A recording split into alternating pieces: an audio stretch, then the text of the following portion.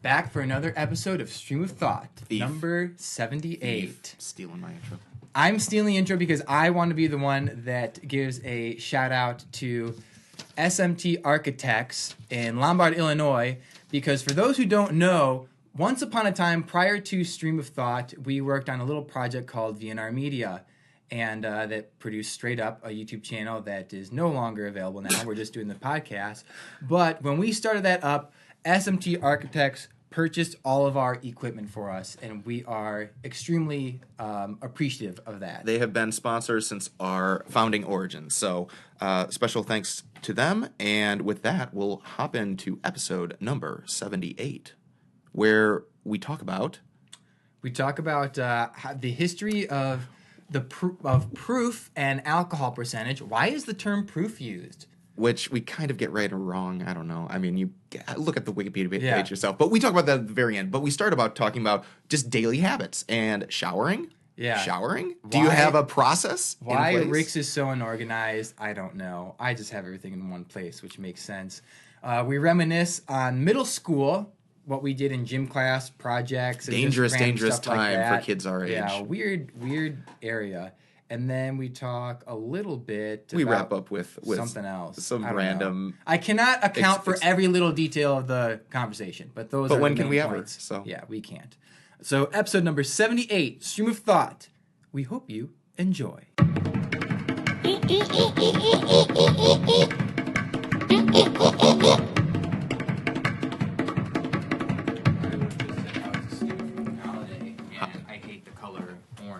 How are we recording this episode if I'm in New Jersey right now? Why are your bananas so funked out right now? Dude, I had half of it. I mean, it's literally just the peel. The peel browns, like the banana's fine. I know. But, yeah. But people get grossed out by, like, brown bananas, like spots, and I don't, but this is, like, a couple levels above. All right. You know this is a few levels. Out of sight, out of mind. A few levels above that which I'm used to. I wish we had some visuals right now, because, yeah. I mean, that's fair. How's your stomach? It's fine. I'm just like, what the hell? Oh, man. Yeah. St. Patrick's Day. The holiday that happened a long time ago. Yeah, it's a stupid fucking holiday, and I don't like it. Moving on. Have we talked about favorite holidays? Yeah. We have? Back in episode, 20? Yeah. Yeah. Yeah. So, what I was going to ask was, as I was getting ready to tape, I texted you, hey, I'm going to hop in the shower. Yeah. I'll be over. And you're like, I'll be over in basically 26 minutes.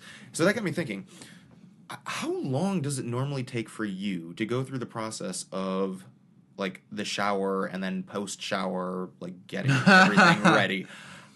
I'm just curious because I have my own personal take and experience, but I'm interested to see what your initial It sometimes can be a little bit of a process. Well, you have longer hair, too, so you need, conditioner and stuff, right? It takes me a little bit longer. Sometimes I don't wash my hair all the time, but I did today. I don't know how long I was in the shower for today, but the process from beginning to end, I mean, I have to wash my hair, then I have to dry. I have to, this certain way that I get all the water out, and then I dry it, and then it's winter still, pretty much. So I lotion up. I put lotion on. up. Yeah, Interesting. Fucking hate dry skin. Wow. It drives me nuts. I don't get dry skin. It drives me nuts. Yeah.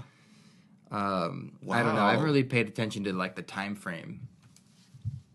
It would be interesting to do that because. If I don't have everything sort of put together and ready to just get prepped for the day or whatever, it could take up to half an hour, 40 minutes or whatever. Are you kidding me? It should never take you that long. Not to shower itself. No, I'm talking about post-shower as well, with deodorant, brush teeth, floss teeth, This includes the shower? Or this is after? This is after the shower. This is 40 minutes?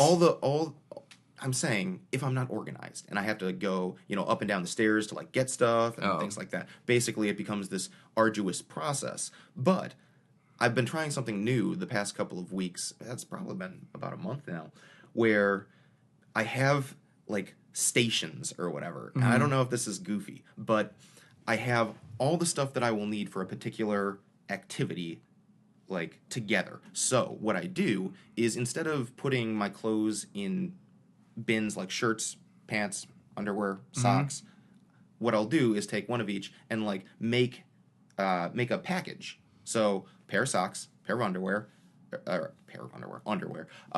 pants, shirt, belt, like whatever, and fold it up nicely so it doesn't get wrinkled or anything like this. And this is casual wear. With dress clothes, I'll do that. I'll do the same thing, but I'll hang it up, and so I'll attach the same sock. thing. The Like socks if you and go underwear. running, have like a yeah, exactly. Have my shirt, Under Armour running, all shorts. ready and folded in a way where all I have to do is just unfurl it, and it's all just there and unfolded. Interesting. And so I've discovered that by doing that, all I have to do to get ready to like go and take a shower is just grab a bundle of clothes, a belt, and I'm set to go. I'm ready. I have an entire new set of clothes. Yeah. It takes 5 seconds, and I'm like, oh my goodness! As opposed to going through every single bin, like, mismatched socks. Like I have a dozen single socks. Now that I have them with a pair of clothes, I've discovered I have not lost a sock in the past 4 weeks that I've been doing this, which is a first for me.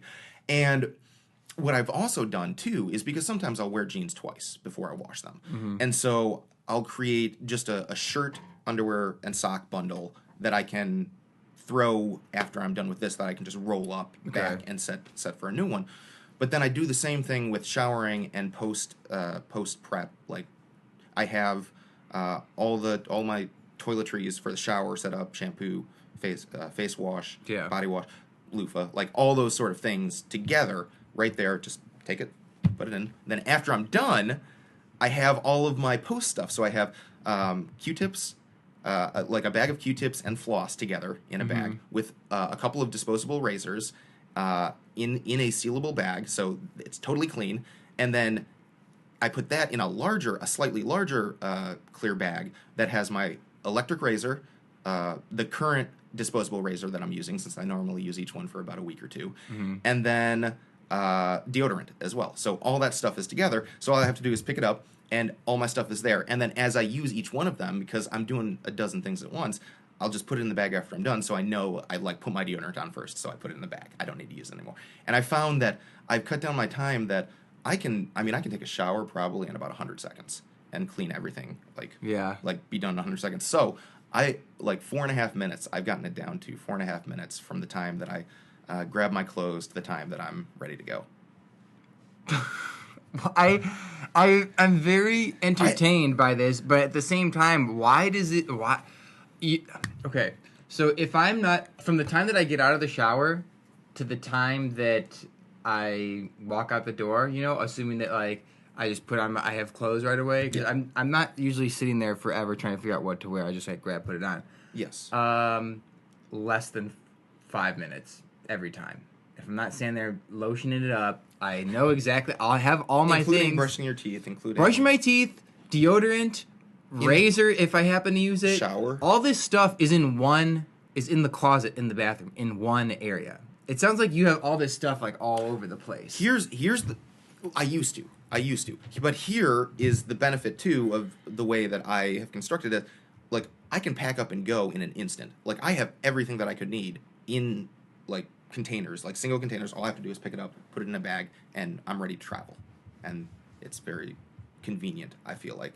There's no time and energy spent, well, what am I going to pack for this trip? What am I going to pack for this trip? It's like I have I'd my sets of imagine you clothes. need clippers, deodorant, Q-tips, toothpaste for every trip, regardless of where you go. Yeah. So you're like, what do I need for this trip? What do I need for this? Like, it's the same shit every time you go somewhere.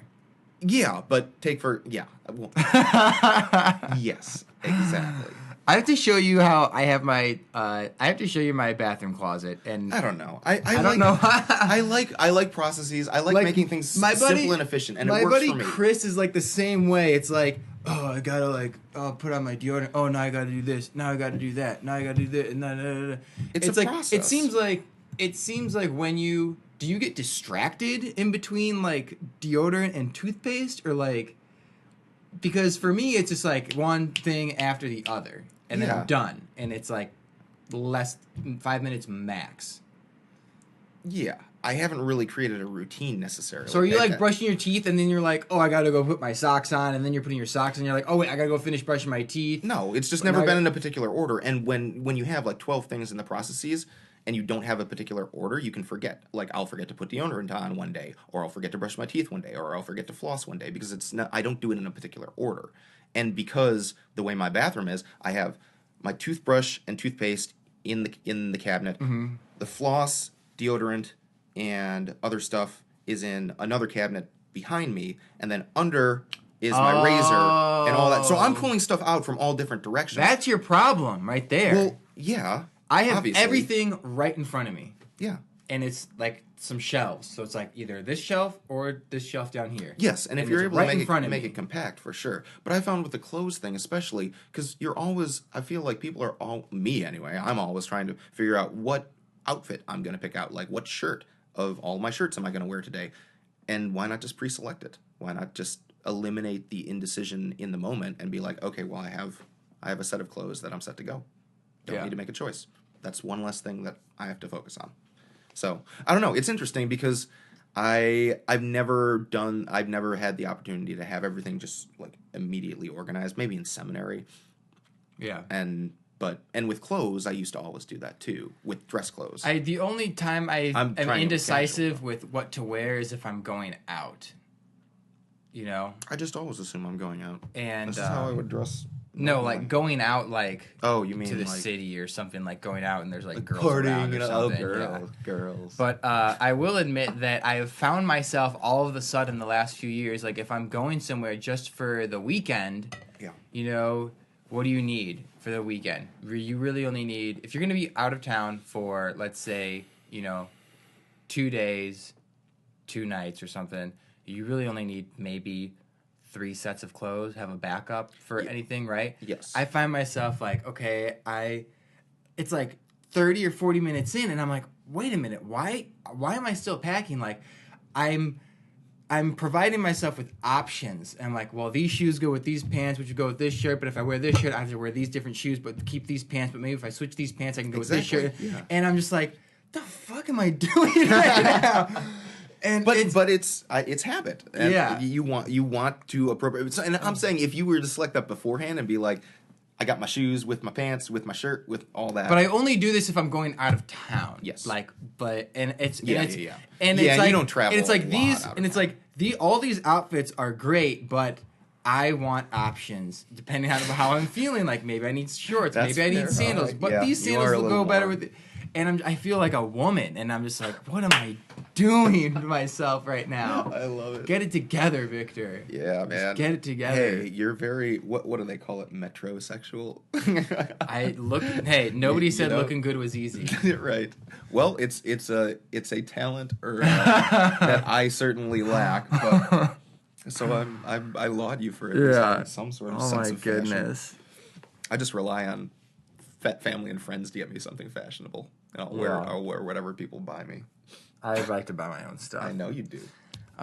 So some good news. I am going downtown for an audition for Chicago PD for like a speaking role. What? Being like actually in the program. No way. Yeah.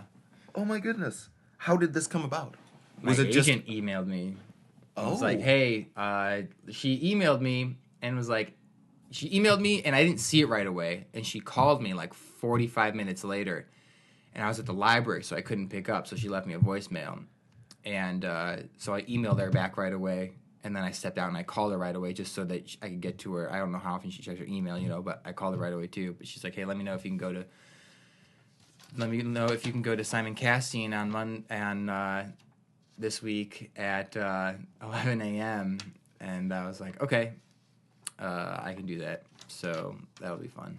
Wow.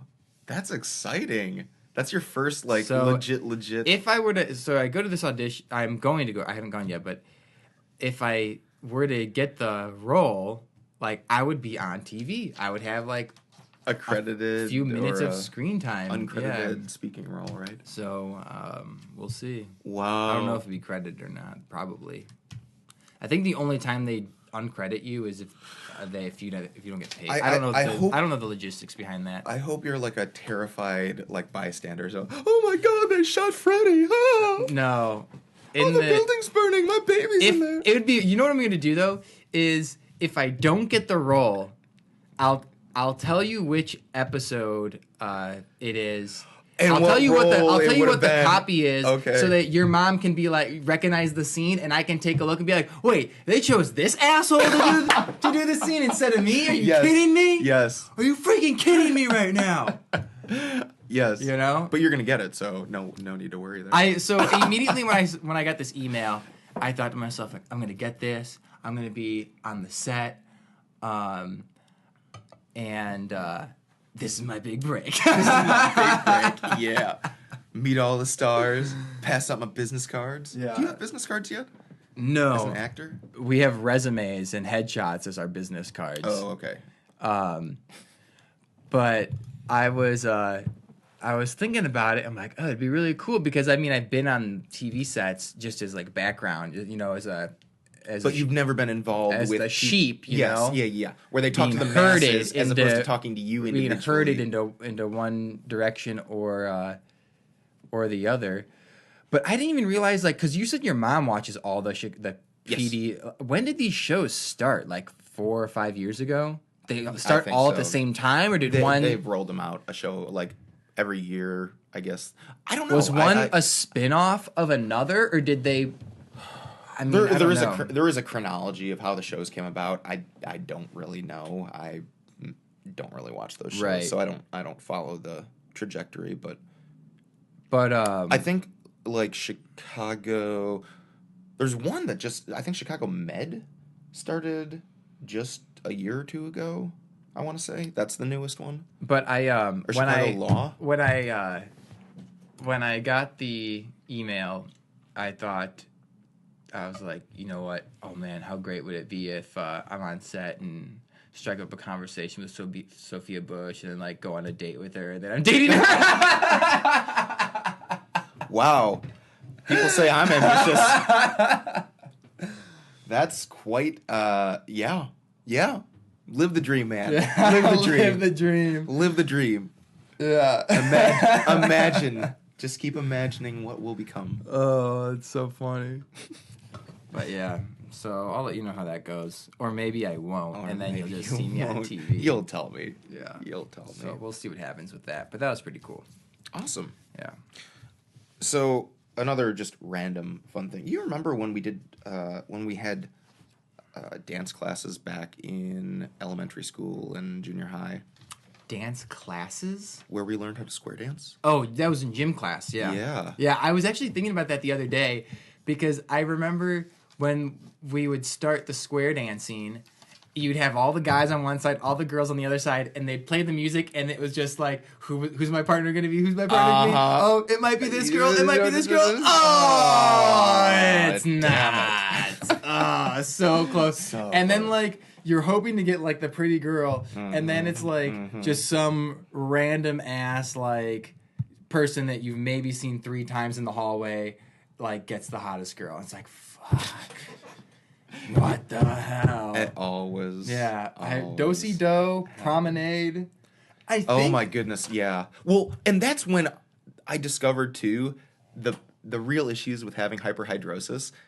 The fuck is hyperhidrosis? Uncontrollable sweating of your extremities. I don't have that problem. So, like, I would get nervous, like, oh, maybe I get to hold hands with a girl. Yeah. Or, like, and then suddenly my hand starts sweating. I'm like, oh, shit. Like, and I'm, like, trying to wipe it off, but the sweat keeps coming back. Like, that's why you got to be like, hey, your hand is, like, put it on the girl. You know what I'm saying? Yeah. But I believe, if I am not mistaken, I believe square dancing is the state dance for Illinois. Actually, yeah. There are a bunch of states that have made square dancing the official state dance. I forget that there's, again, like we said in one of the other episodes, I forget there's an entire state outside of the Chicagoland area. Now, the reason why I brought up square dancing was, do you know just how racist square dancing actually is? Really? It is its origins and the reason why. Yeah, square dancing. I just confirmed right now. Yes. Okay. Is this? It has deeply racist roots, and part of the reason why we all learned how to square dance has to do with a racist movement to. Yeah, it's a long story. No fucking way. Yes, yeah, it actually emerges. How? So, square dancing has existed for a long time, hundreds of years. Like its earliest was, I think, in Late the 1700s. 1800s. I Yeah, want to say early is when 1800s. it first emerged in Europe. I'll do this research while you're speaking. And so, what do you? You're doing I'm that looking to research. see when it started. But continue. Okay, so it maybe started it maybe started. Oh, okay. Here we go. Possibly due to the Western American square dance may be the most widely known form worldwide, possibly due to its association in the 20th century with the romanticized image of the American cowboy. Okay, so yeah, I mean, they probably started in the 1800s. Yeah, and I mean, there was no formal, and that's the thing, is that it's got a very, because I was trying to do a little bit of research on this, and it's got a very difficult history to pin down as to when it actually started, but there are records going back over 100 years. Needless to say, it came to the United States, and it wasn't until about the 1920s, Henry Ford was developing, the Ford and the automobile.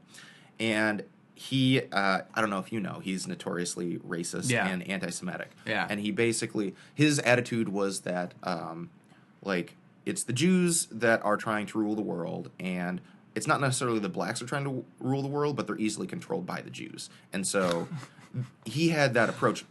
But he was also a huge proponent of music. And he saw square dancing as the perfect example of what a good, solid, white Christian culture should be doing. He saw this in contrast to the emerging movement of jazz that was being elevated in the mainstream at the same period of time. And so he saw jazz as this exotic foreign,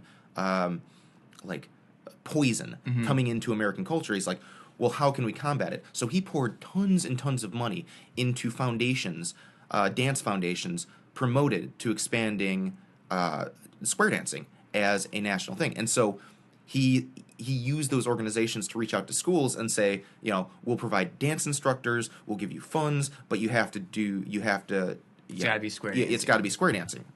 And so there was this ongoing movement among the. Yeah, I just water. was like, I'm thirsty right now. I have my water bottle. I completely forgot to fill it up. Okay.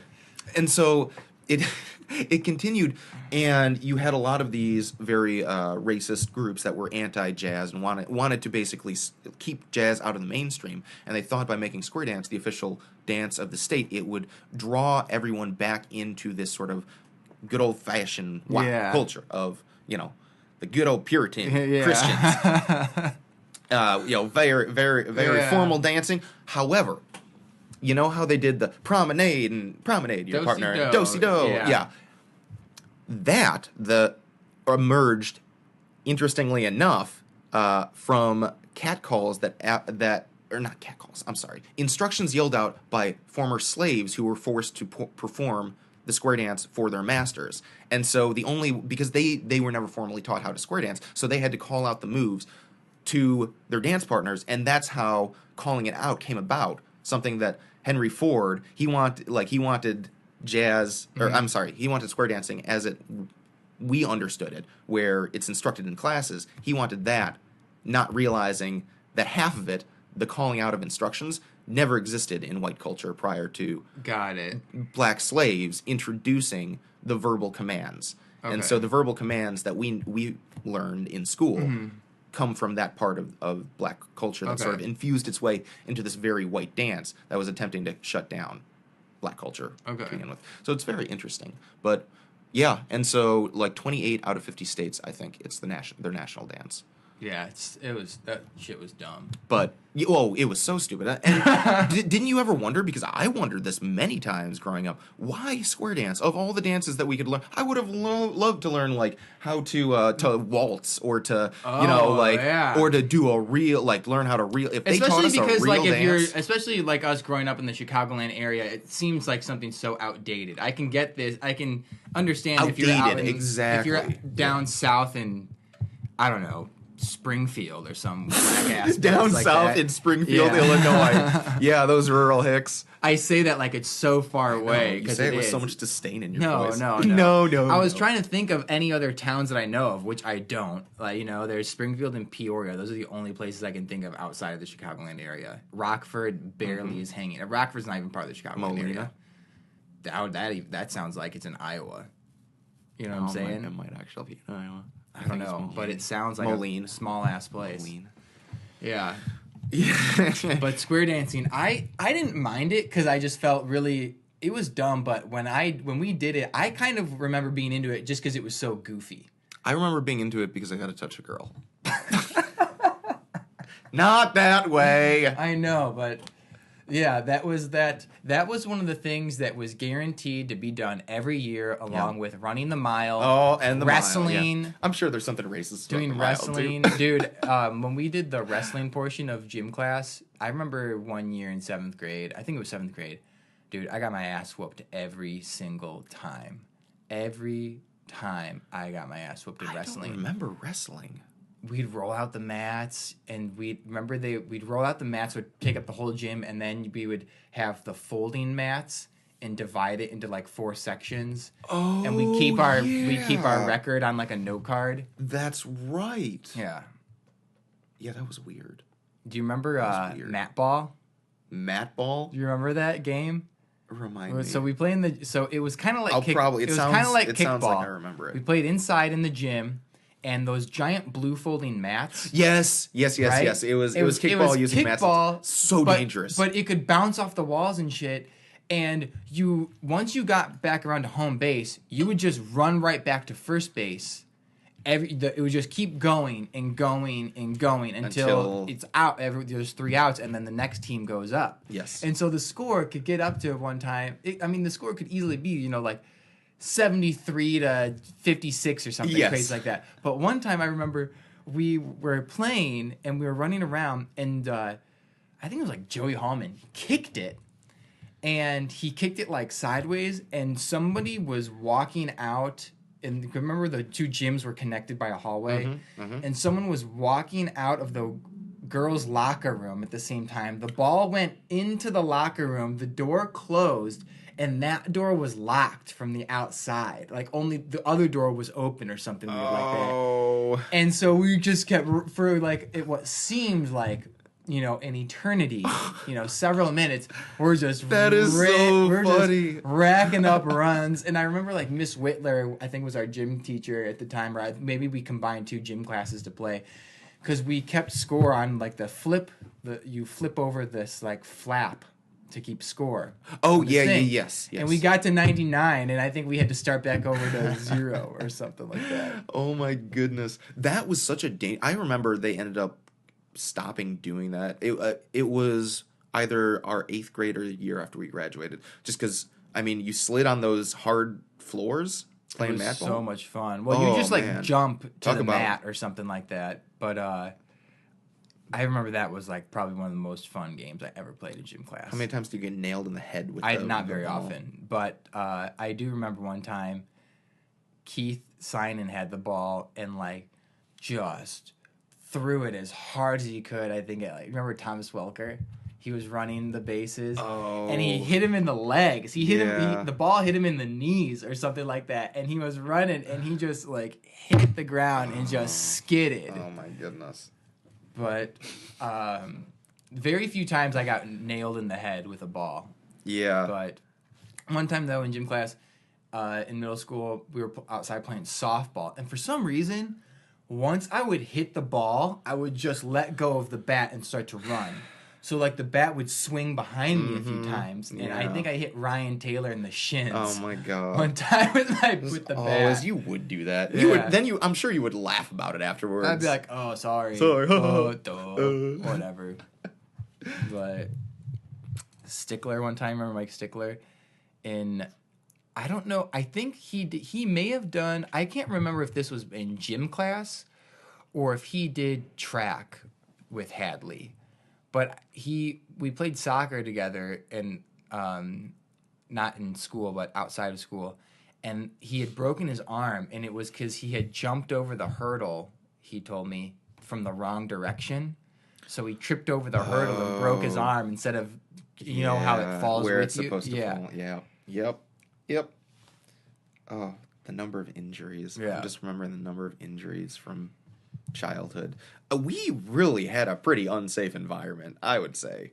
I think no, it's just totally normal. But I think it is normal. Yes, people yes. freak out about like safety. stuff's gonna happen, but I mean, yeah, it's very interesting how padded everything has become. Yeah. Now. It's like, yeah, there's no excitement anymore. Yeah, if people don't, Because I think part of the excitement is who's going to get injured this time, or who's Yeah. like what's going to happen. Yeah. Like there was the uncertainty of anything could happen. Yeah. Like somebody could totally break a bone, today. And, Yeah. That'd be the story for the rest of the week. Yeah, but I remember for sure, middle school, all the activities, the gym class. Oh my gosh, did you ever go to the socials, the dances that had the A couple. I did not go very often. right? It was like kind of whatever, but I remember like the auditorium was a dance, and then they had the gymnasiums were open for like volleyball or basketball.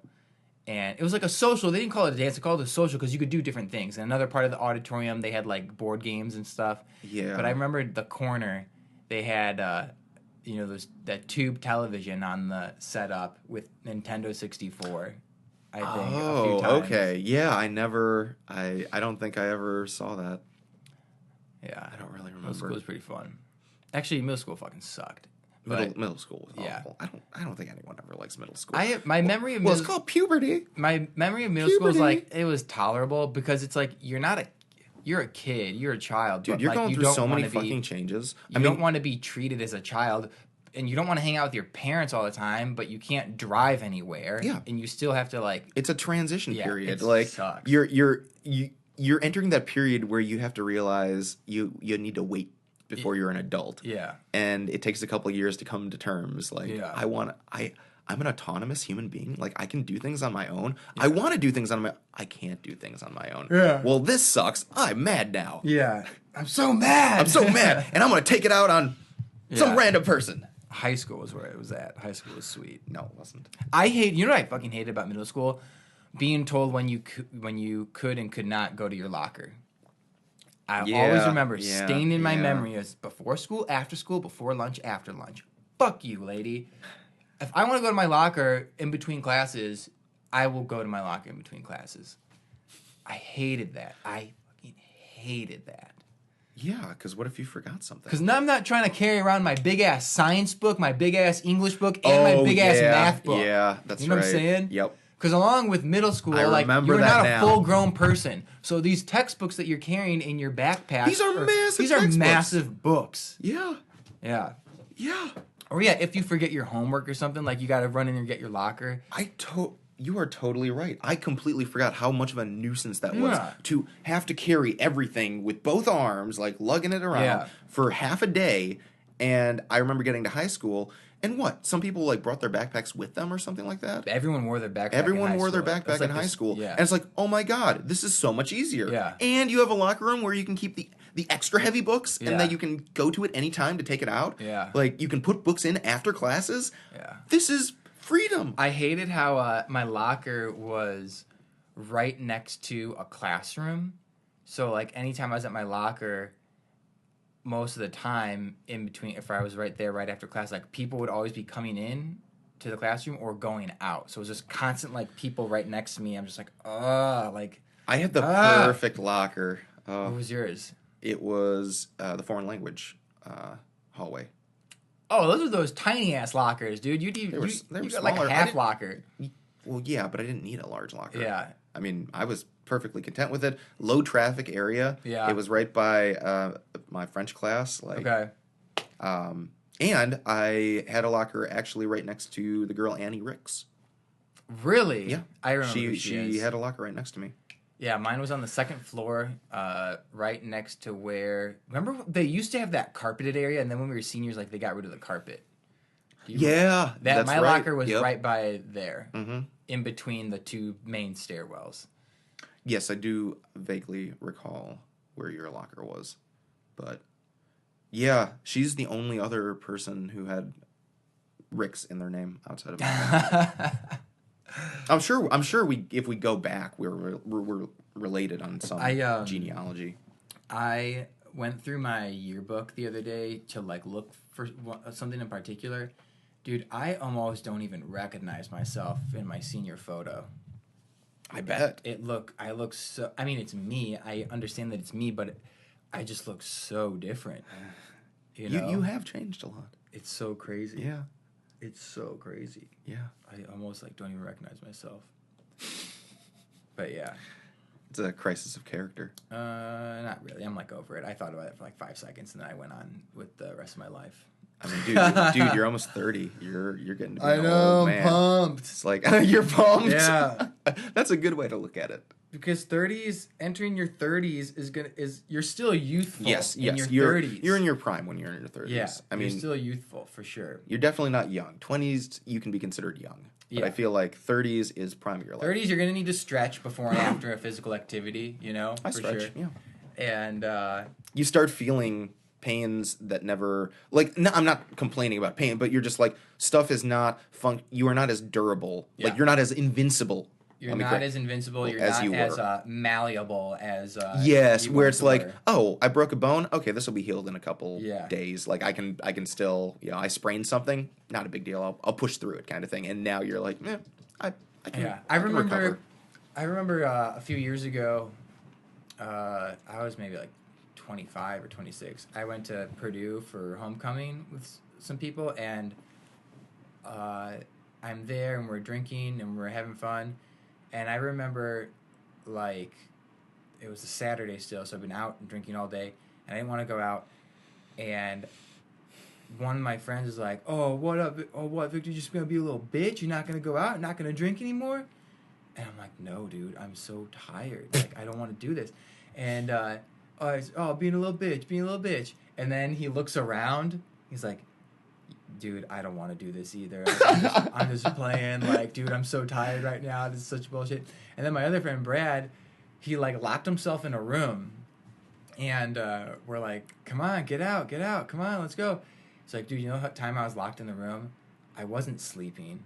I was online looking to see if there were any hotel rooms available in the area." Oh my god! Because we were staying with like friends, and it was like sleep. You sleep wherever you can. Yes. And I think the night before I was like sleeping on a couch, and like some girl tried to like kick me off, and I was like, hell no, like absolutely not. I am sleeping on a couch. I am not sleeping on the floor. You were always very firm. Yeah, but when I'm getting back to like entering like your 30s, like I am so over dumb shit like sleeping on the floor, on a futon, on a couch. Like I would much rather have a hotel room, have my own space, have it be quiet. I think there are exceptions, like on a standard basis, because I'm thinking back when Minnesota Victor had his bachelor party in Chicago, and there was I think 8 of us staying in a hotel room, and that was one of those things where people were just all over the place. It was so uncomfortable. I mean, you got to have those just every like, now and then. You do have to have those every now and then, but it's a good reminder that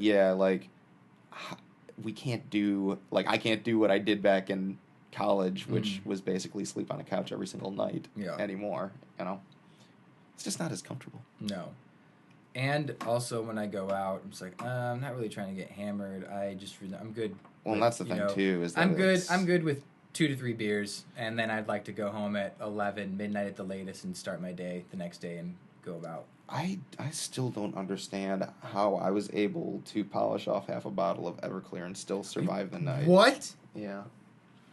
Are you kidding me? Dude, we talked about this. I know, but I feel like this kind of sounds familiar, but kind of not. This was back. I've told this story before. It was back in freshman year of college. We were in half the dorms. A bottle of Everclear. I didn't realize that what 100 proof meant. I just assumed. It means you die. Is what it means. Yeah. It was a little less than half, but no. I mean, I was like, I want to know why do they? Okay, so that took me 2 days to recover. So the percentage. So if it's got 50% alcohol, it means it's 100 proof, right? Yeah. Why don't you just call it 50 proof? What's with the double? I don't know. I mean, I know. It's one of. Are you gonna? I'm gonna start to Google this right now because then it's like if something is, let's say, I don't know, like 26 proof. It's like, well, wait, then you got to do the math. Like, Yeah. I mean, you know? So as you're looking that up, really, I'm gonna make my prediction, Okay. which is it has to do with the psychological thing of making it half of what it is an easy calculation, while making it seem like it's less harmful than it actually is. No, but if it says 100 proof, okay. So Yeah, because if you say it's, something is 35 proof, like it's 70% alcohol, but 35 proof sounds better than 70% alcohol. Oh, no. 30, no. The proof is double of the it's alcohol. the proof is the double. Yeah. Yes, okay. Then I don't know. Maybe it just sounds, but I don't know. We need to totally edit this. Like, No, we're not down, going 'cause I to. sound No, like a we're not fucking going to. dumbass just speaking out of my ass. No, we're not going to do that. I just want to know why they created the concept of proof. I am sure there's a good reason for that. One of the most interesting... Alcohol proof is a measure of the content of ethanol, parentheses, alcohol. I did not know that. My 29 years on this earth. An alcoholic beverage. The term was originally used in the UK and was equal to about 1 3/4 times the alcohol by volume. The UK now uses the ABV standard instead of alcohol proof, blah, blah, blah, blah, blah, yada, yada, yada.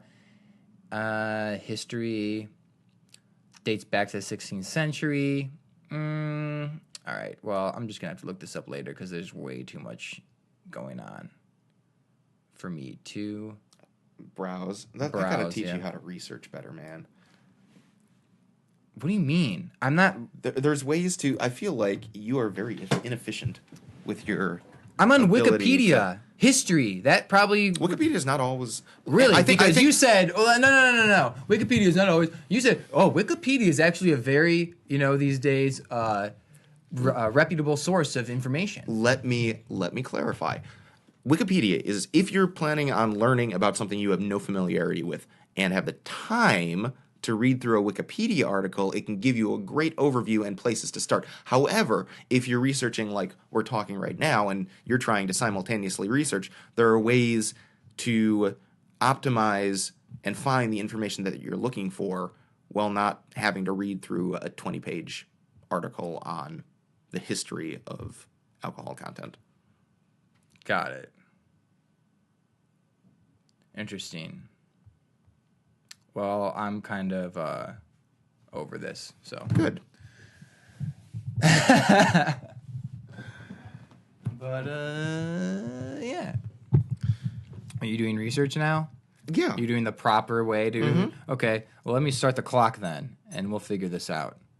So, Rix right now is conducting research on figuring out why we use the term proof instead of just referring to the... instead of just referring to the percentage of alcohol. It so far is taking him just as much time to figure this out. It boils down to a test involving gunpowder and fire. See, that's not the answer, though. Yes, it is. Yes, it is.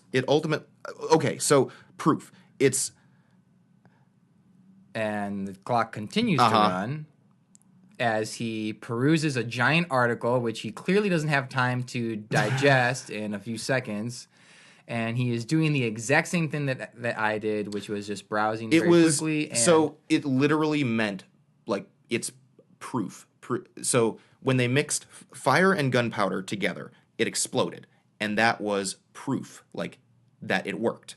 And that's the combination, mixture, whatever, they ultimately called proof for whatever reason. Okay. So it comes from a term that originated, that pirates used when mixing gunpowder and fire together, and that translated at a later point. Then if something is 50% alcohol, it's 100 proof, which means it is optimal for lighting on fire. Yeah, yes, it's exactly. It's the right chemical composition to explode. Okay. And the transition from that to how we understand alcohol proof, really the only connection is pirates. I mean, and that they started referring to alcohol, and that's how it transitioned. But there's part of the reason why you weren't able to find it, and part of the reason why I was looking down, is that basically part of the reason you weren't able to find it because you're a dumbass, Victor.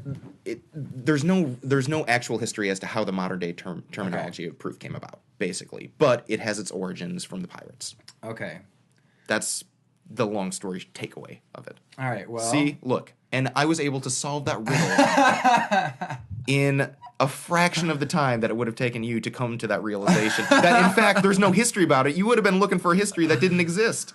No. Like, that was the moral of the story, is that part of research is knowing, like, if you're looking for information, be aware that information might not exist. So you have to take that into account in the research process, too. So you're looking for a history. It's like, well, it doesn't matter what you're going to Google because there's no history on it. I mean, and the stuff that will pop up will likely be incorrect information. I also did not put effort into researching this. I already had the Wikipedia. I didn't put any I already effort had the into it. What did you Google? I did an autofill I typed in, where does proof in, and it typed the rest of it for me. Where does proof in alcohol come from? I was already on the Wikipedia page, so I'm just browsing the Wikipedia page. Yeah, but the Wikipedia page didn't tell you that there is no definite history as to the translation. That's my point, is that if you're trying to skim, it all depends on the circumstance and situation. You have to be very flexible, like an athlete, when you're researching. All right. The circumstance That's my point. is that I was researching something that I didn't care a whole lot about. The situation was that I didn't care about it either, but I still found the answer. Ego protecting itself. Ego protecting I'm itself. glad you said it. Fine. Gosh. Fine. Listen. Fine. Listen. It needs to just be a learning experience. And I can be neurotic at times, too. I understand. I'm fully aware, my friend. That's why we do the show. All right. So you can tell me what you really think. Well, I think that Did I totally smother your fire? I'm so sorry. No, you didn't. I totally pushed you off a cliff. No, you didn't. But I was going to say, I think this episode is over. Yeah. We're done. I don't really care. I'm over this. I knew when you started saying that, I lost him. He's done. Oh, that's fine. That's fine. Do your closing statement thing, and we'll wrap it up. No. Move awkwardly away. No, I'm not. No, we're done right now. Done.